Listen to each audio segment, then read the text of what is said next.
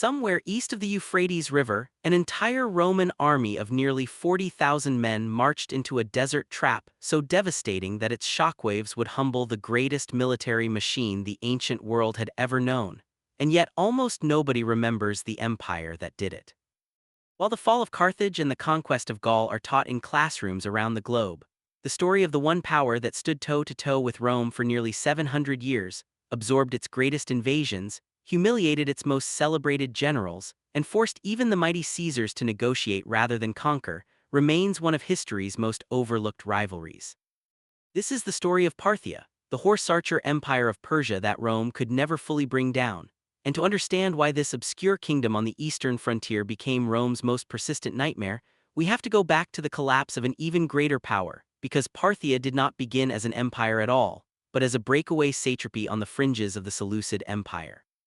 One of the fractured pieces left behind after the death of Alexander the Great in 323 BCE. When Alexander's vast conquests splintered among his rival generals, the Seleucid dynasty inherited the Persian heartland, stretching from Anatolia to the Indus River, but holding such an enormous and culturally diverse territory together proved almost impossible, and by the middle of the 3rd century BCE, cracks were already forming along the empire's eastern edges.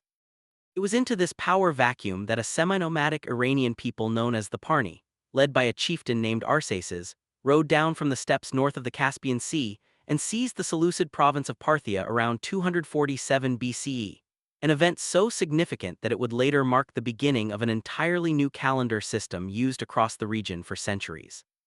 What followed was decades of slow, patient expansion, as the Arsacid dynasty that Arsaces founded gradually swallowed up Seleucid territory piece by piece, exploiting the distractions of Seleucid civil wars, Roman pressure in the west, and rebellions across Persia's fractured provinces. And by the time King Mithridates I took the throne in the mid-2nd century BCE, Parthia had transformed from a minor breakaway kingdom into a genuine imperial power, conquering Media, Babylonia, and eventually the ancient Mesopotamian heartlands that had once been the seat of the Persian Empire under Cyrus the Great and Darius.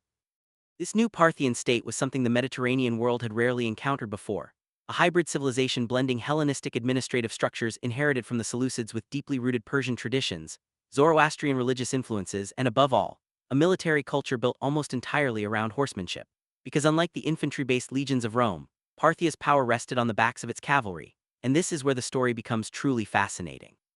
Because the geography of the Parthian heartland, wide open steppe and desert stretching from Mesopotamia to Central Asia, was almost perfectly designed to produce and sustain massive horse-breeding economies, giving Parthia access to endless supplies of both heavy armored cavalry, known as cataphracts, and lightly equipped horse archers who could strike, retreat, and strike again with a mobility that no Roman legion could match. For much of the 2nd and early 1st centuries BCE, Rome and Parthia had little reason to interact directly, since Rome was still consolidating its control over the Mediterranean, fighting the Punic Wars against Carthage, absorbing Greece, and slowly extending its reach eastward through wars against Hellenistic kingdoms like Pontus and Armenia. But as Roman power crept closer to the Euphrates River, a natural and increasingly dangerous frontier began to form between the two empires. A border that would remain one of the most contested in ancient history for the better part of 7 centuries. The first true collision between these two colossal powers came in 53 BCE, in an event that historians still consider one of the most catastrophic military disasters in Roman history, the Battle of Carrhae. And to understand why this battle happened at all, we need to look at the ambitions of one man, Marcus Licinius Crassus, the wealthiest man in Rome and a member of the so-called First Triumvirate alongside Julius Caesar and Pompey the Great.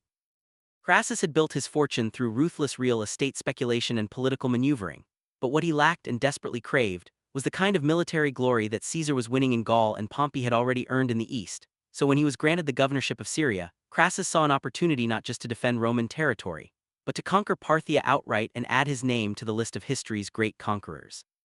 A decision that many historians argue was driven as much by personal vanity and rivalry with his triumvirate partners as by any genuine strategic necessity. Ignoring warnings from local client kings and experienced advisors who understood the terrain and the nature of Parthian warfare, Crassus led an army of roughly 40,000 men, composed mostly of heavy infantry legionaries, deep into the open plains of northern Mesopotamia near the city of Carrhae in modern-day southeastern Turkey, terrain that offered no natural cover and was almost tailor-made for cavalry warfare. Waiting for him was a Parthian force under the command of a nobleman named Shurna, leading a much smaller army, but one composed almost entirely of mounted horse archers and armored cataphract cavalry. and what followed was a masterclass in the tactical advantages of mobility over brute infantry strength, as the Parthian horse archers surrounded the Roman formation and unleashed wave after wave of arrows from a distance, retreating whenever the legionaries attempted to charge, only to circle back and continue the assault in a devastating hit-and-run rhythm that Roman soldiers had never faced on this scale before. The Romans, expecting the Parthians to eventually run out of arrows, were stunned to learn that Shurna had organized an enormous supply train of camels carrying spare ammunition, specifically to sustain this kind of prolonged bombardment, a logistical innovation that many historians point to as one of the most underappreciated factors in the Parthian victory. By the end of the battle, an estimated 20,000 Roman soldiers lay dead, another 10,000 were captured, and Crassus himself was killed during failed negotiations, with later Roman accounts, though possibly exaggerated for symbolic effect, claiming that molten gold was poured down his throat as a mocking punishment for his greed, a story that historical evidence suggests may be more legend than literal fact, but one that nonetheless captures just how deeply this defeat wounded Roman pride. Carrhae was not merely a military loss, it was a profound psychological blow to Rome's sense of invincibility, and the captured legionary standards, the golden eagles that symbolized the honor of each Roman legion, remained in Parthian hands for over 3 decades, a humiliating trophy that Roman leaders would obsess over for a generation. This defeat set the tone for the entire Roman-Parthian relationship going forward, because it proved, in the most brutal way possible, that Rome's traditional style of warfare, built around disciplined infantry formations designed for open battle against other infantry-based Mediterranean armies, was fundamentally vulnerable to the hit-and-run cavalry tactics that thrived on the open plains of Mesopotamia and Persia. In the decades that followed, Rome descended into its own internal chaos, as the assassination of Julius Caesar in 44 BCE plunged the Republic into civil war, and Parthia, sensing opportunity, briefly invaded Roman territory in Syria and even installed a client king in Judea, extending Parthian influence further into the Mediterranean world than at almost any other point in its history. It would take Mark Antony, Caesar's former general and now one-third of the Second Triumvirate alongside Octavian and Lepidus, to attempt a Roman counterstrike, and in 36 BCE, Antony launched an ambitious invasion of Parthian territory in Media, hoping to avenge Crassus and finally break Parthian power once and for all. But this campaign, too, ended in disaster, as Parthian cavalry harassed his supply lines relentlessly,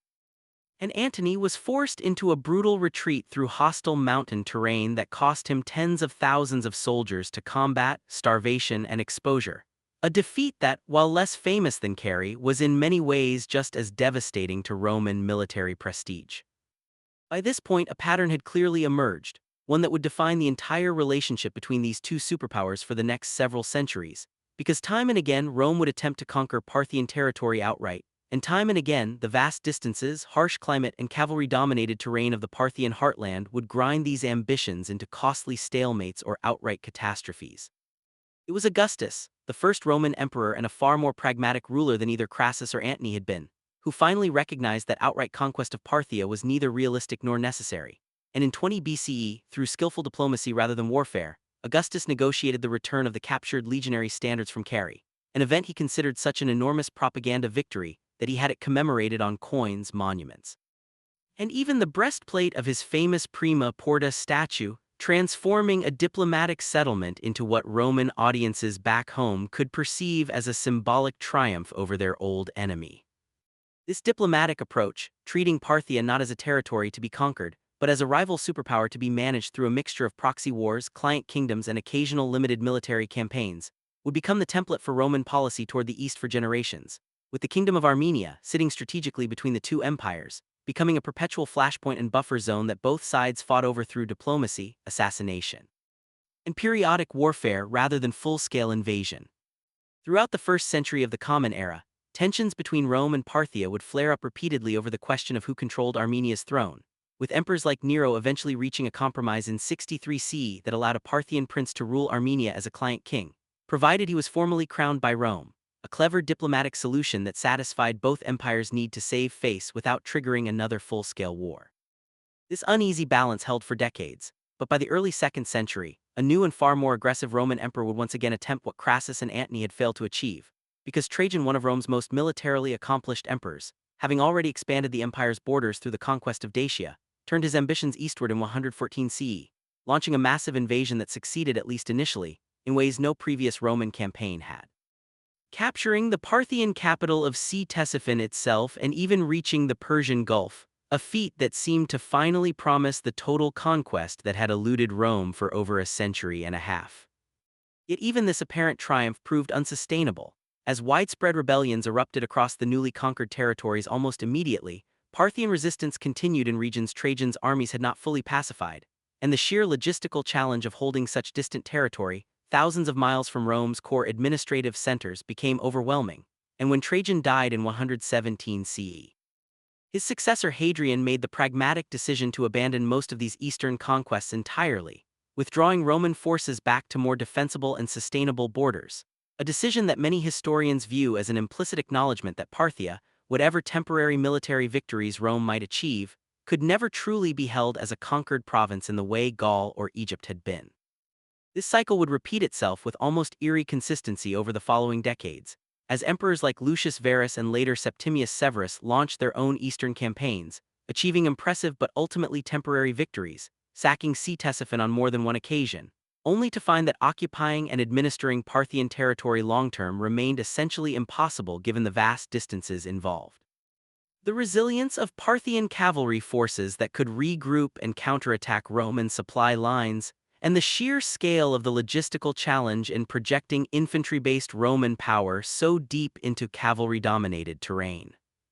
What made Parthia such a uniquely difficult adversary was not necessarily that its armies were more numerous or better equipped than Rome's, since in many respects Parthian military organization remained looser and less centrally coordinated than Rome's professional legions, but rather that the entire geography and climate of the Iranian plateau and Mesopotamian floodplains favored a style of warfare that Roman military doctrines struggled to counter effectively.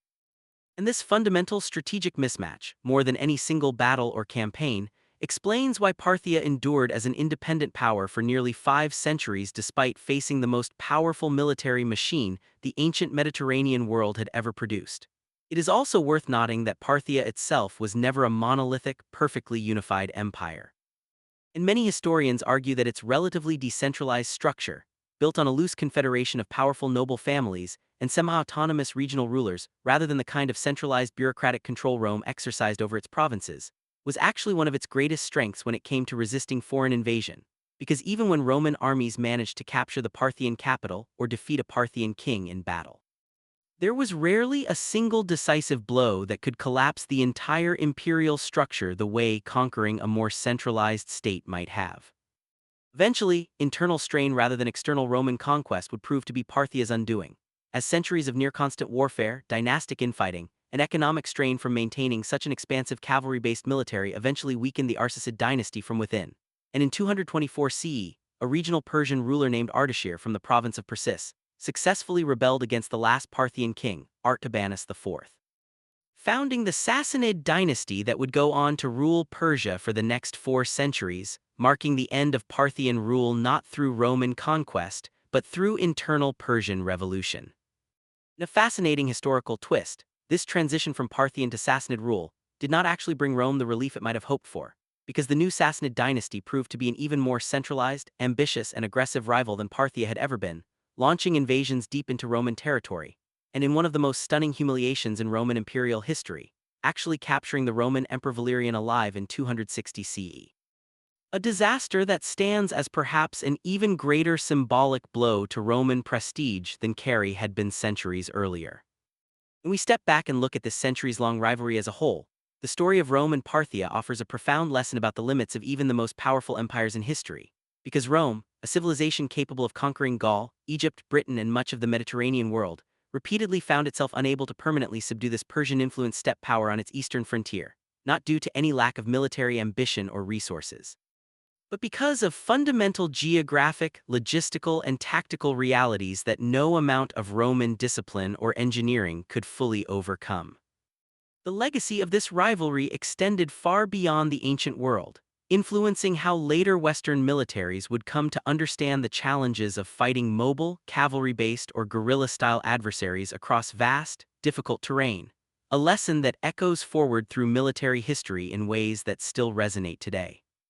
And the cultural and political boundary that hardened along the Euphrates frontier during these centuries would go on to shape the geopolitical divide between the Mediterranean and Persian worlds for generations afterward, a divide whose echoes some historians trace all the way into the modern geopolitical landscape of the Middle East.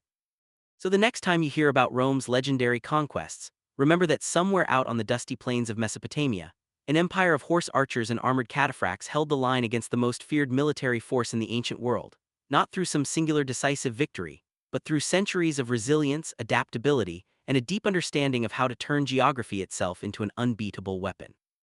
And if you found this hidden chapter of ancient history as fascinating as we did, consider liking this video, subscribing for more deep dives into the empire's history left behind, and sharing this with someone who thinks they already know everything about the glory of Rome.